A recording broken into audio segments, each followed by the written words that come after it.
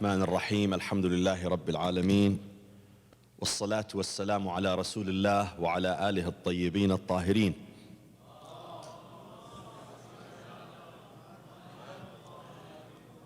Honorable scholars, religious leaders,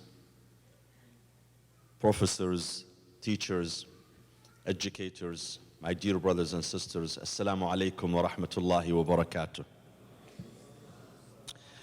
I'm so delighted to be speaking to such a distinguished group of people in the UMAA conference dedicated this year for Imam Hussein alayhi salam. I would like to thank all brothers and sisters who helped put this beautiful gathering and conference together. And I ask Allah subhanahu wa ta'ala to provide them with extra strength and with extra blessing, inshallah, to continue this message. I'm supposed to talk about a very contemporary topic, and that is the need for political activism for Muslims in the West. So, since I live in the United States, I'm going to talk about the United States only, not the West in general. There are almost 6 million Muslims live in the United States, many of whom were born and raised in this country, many of whom have no other country and no other country as their own other than the United States. Many of us chose to come to this country and choose the United States as our second home. The vast majority of Muslims in the United States are American citizens who pay tax and who are law-abiding citizens. Therefore, for Muslims, they have no choice but to participate in the political system in order to gain their rights. And that is a must for the entire Muslim country. Some people in the Muslim community may argue that what is the point of participating in the political system, in the elections? We're not going to make any difference. We are a minority, and no matter what, our vote will not bring up any change. That is not true. Indeed, your voice counts, and you still can make a big difference.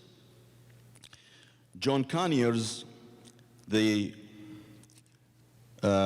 US congressman from Michigan, told me that he won his first election in 1964 by only 128 votes, meaning his opponent was away with 128 votes only. And that's how he became a congressman at the US Congress. If you recall, in year 2000, George W. Bush won the election, presidential election, by 500 votes in Florida. And it was a heavily contested election. After 200, almost 50 years of the inception of this country, the United States, African Americans, for the first time, are having their own president, or president of their own, an African American president. That means your vote counts, and we still can make a big difference in this country. However, my dear brothers and sisters, in order for us to make that difference, we need to keep in mind the following point. Number one, all Muslims, especially citizens, American citizens, they need to register for vote. In New York, the Jewish community form only 9% of the population, contrary to what most of us think, that they are the vast majority of the population in New York. They are only 9% of the population in New York. However, they form 90% of the electoral vote. Why? Because they are all registered voters, and they use their vote and their voice wisely. Many Muslims don't do that. Either they have not registered for vote, or they don't care. They are indifferent. So the first thing, my dear brothers and sisters, I believe we need to do is to register for vote. Number two, we need to go to the election as one block, as one voice. Grassroots movement will help to great extent identifying the proponent of the Muslim cause in this country. Number three, political financial contributions play a major role in advancing our cause. In year 2000, the Jewish community contributed to the elections of that year with $300 million, while we Muslims, the Muslim community, donated with only $300,000. There is a huge difference between what the Muslims are offering as contributions in the political process and as what the Jews are doing, and that's why Jews are always far ahead. Number four, our political advances in this country must be intertwined with a PR campaign. With this, I mean that it is not it's not enough only to participate in the election and vote. That only is not going to make a big difference. Rather, when we Muslims launch a heavy campaign correcting the image of Islam in the mind of American people. Now that I'm talking to you, there are 62% of Americans, according to Pew Research, 62% of American people have negative views about our religion. The word terrorism and violence are synonymous to Islam and Muslims. And the word terrorist is already labeled for any person who happens to be Muslim but yet engaged in a violent act. While if a non-Muslim is engaged in a violent act, that person will be immediately called mentally ill, not terrorist. And this is because of the heavy campaign that the media has had about Islam and Muslims by depicting them as violent and pro-terrorism. We Muslims need to work hard, especially these days, when ISIS is embarking on a new era of terror, hatred, and death by expanding their territory and their power in the Middle East. This has reflected on the image of Islam in this country. Many people in this country are questioning the authenticity of our religion because of the actions of few. Therefore, my dear brothers and sisters, this is a PR campaign that we Muslims need to launch. I heard one non-Muslim scholar asking me the other day this question, that in the United States there are 700 religions and denominations. They all exist together in peace and in harmony. 700 religions and denominations. But they all live in peace and in harmony with each other. But you guys in the Middle East, you all follow one religion, but yet you kill one another. And you cannot stand each other. what is wrong with you Muslims? What is the answer to that question? How do we answer that question? That is a big challenge for us, for the Muslim community. And that requires a PR campaign. That requires our youth, our educated, and alhamdulillah, we have so many educated people in our community. They need to use their talent in dispelling this image, this myth about Islam and about the Muslim community, that Islam is being represented by a bunch of terrorists.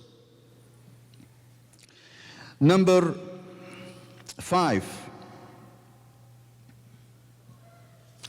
We need to integrate our youth in the political system in order to have a better representation, political representation for Muslims in this country. If you survey most of our youth today and ask them about their major in their respective universities and colleges, you will find out that the majority of them are pursuing certain fields and careers: lawyers, doctors, engineers. But you don't see many youth are pursuing journalism, for example. You do not see many of our youth having political dreams to run for congressman, for example, or senator. We need to invest in that. We need to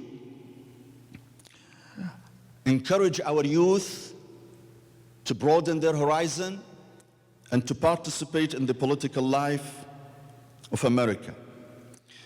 In 2002, I was invited to a Ramadan iftar hosted by the State Department.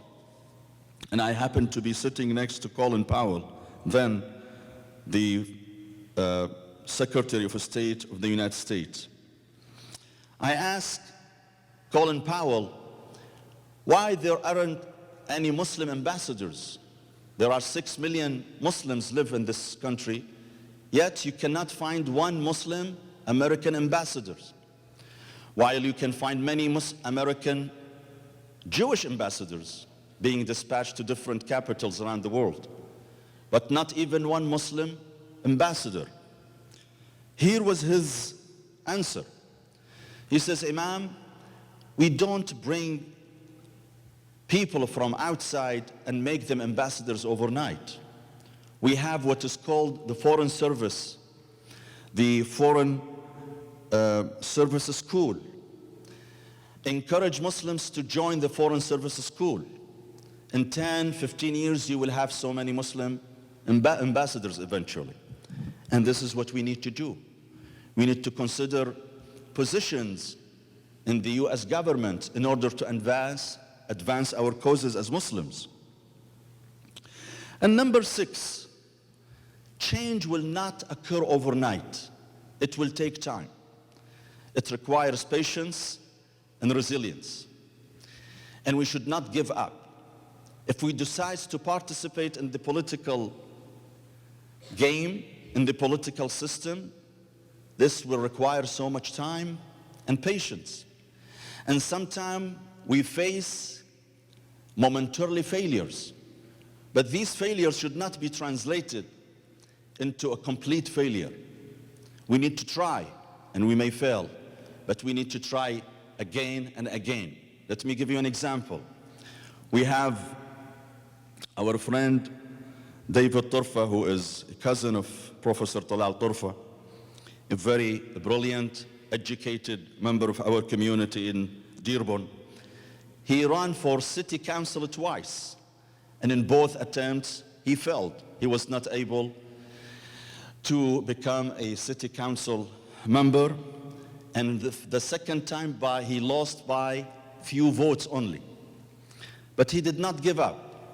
He tried in the third time, and he ran for district judge, and he won that.